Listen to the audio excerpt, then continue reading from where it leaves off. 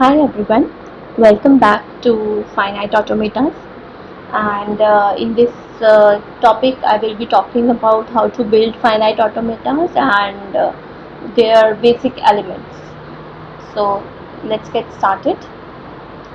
So in the last video, we talked about what an FA is. It is the state diagram to capture all possible states and transitions to other states on all possible input symbols of alphabet sigma, and it responds to the stream of inputs, that is an input string, one by one. And on reading one input symbol from the string, you can transition from one state to the another. And if at the end of the input string the machine reaches the final state, we say that the FA accepts the string. So that was what we learned in the last lecture. Now we also talked about that FAs recognize regular languages. So all the regular languages can be represented as finite automata. To build an FA, you will need to understand basic representation. First thing is that you need an initial or a start state to start with. So there is one initial state or start state in every FA. So here this is represented as minus, or some people also presented it as like this, arrow symbol followed by this. States are generally numbered, so we will number the states for simplicity purposes. And you can use this notation as well as this notation, but whenever you are writing down finite automata, you should always follow consistency in the notations or representations you are taking. So if you are representing the minus in minus as start state, then you should always use minus as start state throughout. So the final state can be represented as plus or this double symbols. Intermediate states just have their state number over here, and there is no minus or plus sign. And a finite automata may have some or none of the intermediate states. The alphabet of all possible inputs over which you have to build an FA. Just like a regular expression, you have to define sigma over which this FA will see the input string and process it. So this is the sigma of all possible inputs. Transitions are generally represented as how on an input symbol one state changes to another. For example, if you are in x1, you get an input A and you move to x2, so this is one transition. Let me call it as delta 1 transition, and let me call this that on x1 input B you stay in x1, so delta 2. So these are the transitions. On x2 you go to x3 if you get an A. From x2 you go to x1 if you get a B. From x3 you go to x2 on input A. From x3 you go to x1 on input B. So these are the all possible transitions, and they can simply, so sometimes people get confused representing transitions like this, so we make a state transition table. So this is how my state transitions are presented. I represent the state. I also denote which one is my start, which one is my final, and what happens on transition. So from x1 on input A we move to x2. From x1 on input B we stay in x1. x2 is my final state. On x2 on input A we go to x3. On x2 input B we go to x1. In x3, if we get an input A we go to x2, and in x3 on an input B we go to x1. So this is a state transition diagram. This is a state transition table, and it's very convenient to represent all the transitions in a table, and this will also help you create automata. So let's say, suppose I want to create an automata for this particular transition table. So let's say I have my state minus and the state name is what, x1. So x1, and what is happening, I am staying in x1 on input B.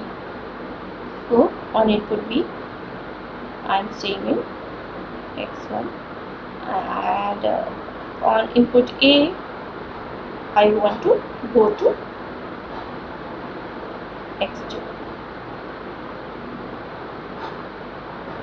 and on input B I go to from x2 on input A I go to x3. Okay, cool. And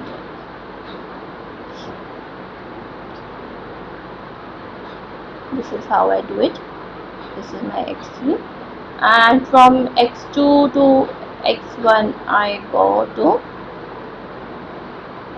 B. On input B I go to x1, and this is my input A. x2 was also my final state, so I have to represent a final, and this is some intermediate state x3. So we halt here. So representation, you can always keep it to the end. It doesn't matter, as long as you have a final state. X3 could also have been final. You could have put x2 over here and make a transition from x1 to x2 over here. Any kind of whatever is convenient. Just the representations should be correct. In x3, if I get an input A, I go back to x2, and in x3 if I get an input B, I go to x1. So this transition table helped me create a very nice transition diagram. It was very easy to understand. So what is happening, that whenever I get an A, and if I get an A, anything that ends in an A, I will that will be accepted. Plus I think we need odd number of A's. 1A I end here, 2A I don't end, and then back the third one also leads me to the final state. If I get a fourth one, I go back here, fifth one. So odd number of A's are there. In these I am landing up in my x1. So we want string of all those words which have odd number of A's is an answer. For example, if I get an A, then I get a B, then I get an A, and it has to be ending in A also. Okay, so basically what this machine is saying, that I need to end in an A, and always end in an A, or I have to have, so if there are B's, then I need to have end in an A, plus I need to have odd number of A's, something of that sort. We'll try to build a regular expression for this in the next video. And if I formally define the FA, it is a collection of three things, finite set of states. Minus represents my initial or start state. There may be some or none. It is possible that you don't have any final state at all. And sigma is the possible input letters in the string, and inputs from a string are read one at a time. So this is my entire string, but I will process them one by one. A finite set of transitions for each state, and for each letter of sigma, which state to go to next. This is, so transitions are represented by this particular table. And because it is finite and it accepts the string whoever land up in my final state, we call it as a finite acceptor also. And for a given input string, transitions from one state to another, if at the end of the input string we are in the final state, we say that the machine halts or terminates, and it is said to accept the string. If on the end of the input string we are not in the final state, we say the FA does not accept the string, or it rejects the string. So then we will be talking about the deterministic finite automata. It is simply a finite automata, but we have to make deterministic moves.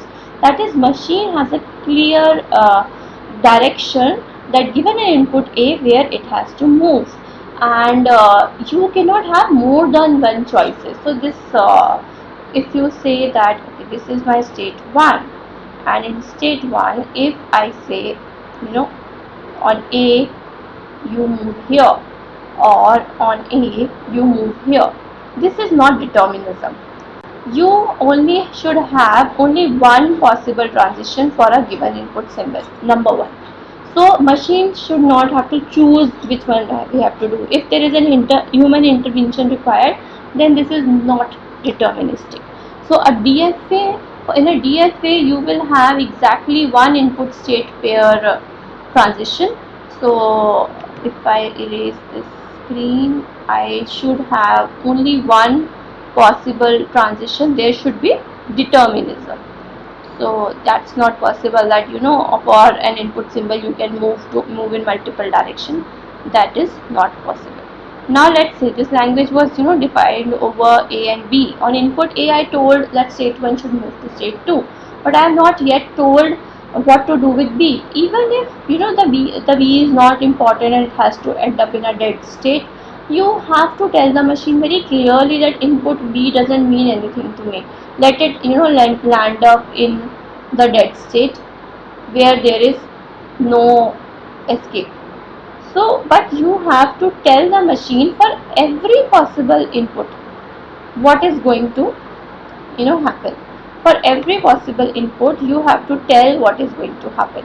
The machine should not have more than one option to go to a particular state. So if you have A, you cannot simply move to state 2 as well as state 3. Also, if there is an input symbol B, there has to be some indication, some representation to the machine that what if a B comes. You cannot simply leave it hanging in there without telling the machine what to do with the B. So this is okay, this too is okay. Let's say this language accepts only a single A. Okay, now cool, we have one single direction on what to do with an A, determinism, but what to do with a B? So to do with a B, let me create a dead state 3 and I label it as B. So machine has some option to go on input B. It it should not get confused. It should not need a human input. Similarly, this machine has to accept a language with only a single A. So what if after A there is something else? So what will the state 2 do? What will the machine do in state 2 if there is more input? Something of this sort. A. What will the machine do? We are only accepting a single state. So in that case, if there is a this thing that you can't accept anything else, move it to the dead state again. And in case of some other B also come apart from A, you can simply say, okay, if either A or B come, we are not now in the final state, we are moving to the dead state. So this is a deterministic finite automata. So if you are in a state and you get an input, you only have one possible next state, no multiple exit options, and for input state pair there is only one possible transition, and all the transitions you have to mention. Okay, so this is a deterministic finite automata. Let me talk about the vending machine example also. If you remember my vending machine in the previous video, so I was at state 1 minus 1, and let's say I just represented an ice cream cone there. Now I am saying whether I get a cone, and let comma represent an or, whether I get soft drink or whether I order a veggie, any of these, comma means a choice, any of this will lead me to my state 2. So any of this. So for now the machine is clear that on getting a cone I have to move to state 2. Even if I get a soda I have to move to state 2, and even if I get a veggie I have to move to state 2. Some people represent it as 3 arrows and label these arrows individually with the input symbols. That is also correct. I am using this for simple representation. Now in state 2 you have an option of a yes or a no. So that you had represented. Fine. So on no you go to state 3 and on yes you go to state 1. So this is here. Fine. But on yes you go to state 1. But what happens if you get C, S or V, the soda or cone or something else? Let me create a dead state so that machine 2 knows what to do. I have to land up in a dead state. if I get a symbol which was not to be, which was not to be supposed, which was not supposed to be here. So if a C S V come here, or even for that matter, some token or cards come here, I will land up in the dead state. Same thing goes for state 1 also. From state 1, I'm just accepting CSV. I'm just expecting a CS or V. So if I get a yes, or if I get a no, or if I get a token, for payment, you can't simply do a payment before you have actually ordered something. So token or a credit card, you end up in state 4. So now the machine knows that if different from what was expected comes, it simply has to land in a dead state. I call it the dead state because I will not be escaping from here. These were the inputs that state 1 was not expecting. Even 2 was not expecting a choice of the snacks or payment. So that's why we are landing over here. And state 3 is accepting only what? Your token or cards. So for all other inputs, state 2 will also land up in state 2 will also make a move. State 3 will also make a move to state 4. So machine will make a move to state 4. So if I have CSV, sorry, soda and veggie sandwich and go, and probably a yes and a no will land me up in state 4. And in state in state 5, oh sorry, I think 4 was my end state, so let me call it as 5. And in 4, this is my final state. So I have done the payment. Now what happens when we say that 4 after 4, if we get an input? So if we get an input after 4, that is only possible that we want to make a choice. So that possibility is on a yes or a no. On a yes, you move to state 1, and on a no, you can say here, okay, nothing to be done. And on any other input, you will land up in this state. So let's say if I enter a token, or if I enter a card, and all the options, all the food options over here, they will land up. So now this is deterministic. From every machine, every state, the machine knows where to move.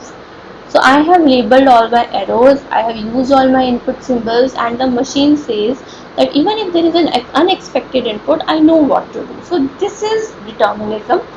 Firstly, you are very clear that you only have one option for a given input symbol. There is only one possible transition. The other thing is that for every other input symbols which was not supposed to be there, you create a dead state and make the machine move there. Okay.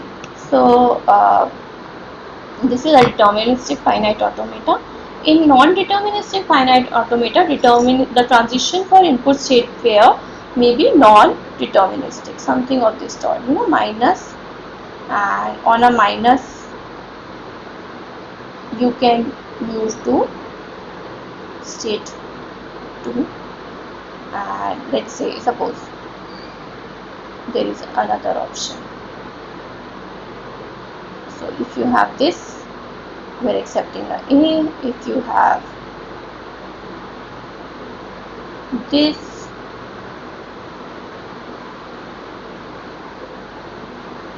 let's say something like this. So this state, when there is an input A, has an option of going over to the 2 or to the state 3. So it will need human intervention to understand how it needs to make a choice. That is non-determinism. Non-determinism is also very important, and we will talk about it later in when we move ahead in this course. But this is a non-deterministic finite automata. It is still finite. It still has finite symbols to make moves or transitions. The number of transitions are also finite, but you have more than one possible transition of A from state 1 or the start state. So this is non-deterministic finite automata. And coming up, we will now see, using some examples, how to build FAs. Maybe using some regular expressions, we will talk about how to build FAs. So if you have any questions, you can write to me in comments. You can like or subscribe to this channel and share it with your friends to keep learning. Thank you.